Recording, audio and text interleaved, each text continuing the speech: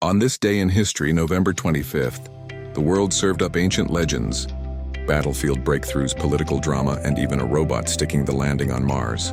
Buckle up, this date is stacked. 2348 BC, the Great Flood ends. According to Bishop Ussher's old-school biblical timeline, this is the day Noah's Ark finally finds dry land. Is it scientifically confirmed? No. Is it one of the most famous reset buttons in human storytelling? Absolutely. 1758. The British capture Fort Duquesne.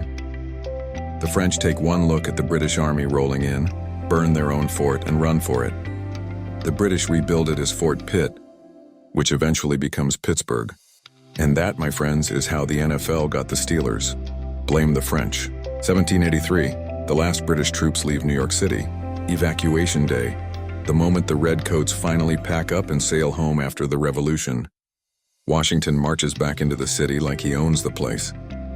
Because he does now. 1863, the Battle of Missionary Ridge. Grant, Sherman, and the Rock of Chickamauga George Thomas smash the Confederate line in Tennessee. The Union victory blows the door wide open in the Western Theater and sets the South on a downhill slide they never recover from. 1926, the original Saturday Night Live premieres. Not the comedy show, the radio program. NBC launches a Saturday night variety broadcast that becomes the ancestor of American entertainment.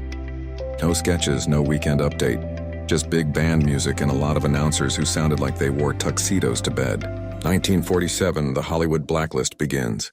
The Hollywood 10 gets cited for contempt of Congress after refusing to cooperate with anti-communist investigations. Careers end, paranoia explodes, and the entertainment industry gets dropped into the freezer for years. 1963, JFK is laid to rest. Millions watch as the funeral procession moves through Washington. The riderless horse, the somber march, and young John Jr. His heartbreaking salute. One of the most powerful images in American memory.